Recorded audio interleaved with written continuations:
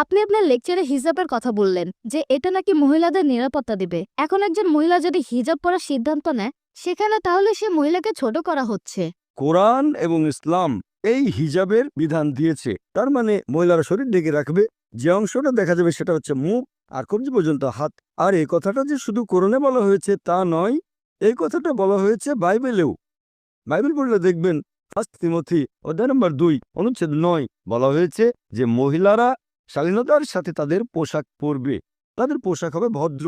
একইভাবে বেদ পড়লে দেখবেন বলা হয়েছে মহিলারা মাথা ঢেকে রাখবে। তাহলে সবগুলো ধর্মগ্রন্থই বলছে যে মহিলারা কাপড় দিয়ে মাথা ঢাকবে, এটা শালীনতার জন্য, এটা মহিলাদের ছোট করার জন্য নয়। আমি বলেছিলাম যে মহিলারা খোলামেলা পোশাক পরলে ধর্ষিত হওয়ার সম্ভাবনা বেশি থাকে। একবার গিয়েছিলাম আমেরিকায় একটা লেকচার অনুষ্ঠানে, একজন আমেরিকান বললেন তোমাদের প্রাচ্যের মহিলারা খুবই অভদ্র। অবাক হলাম, বললাম আপনি প্রাচ্যের মহিলাদের অভদ্র বলছেন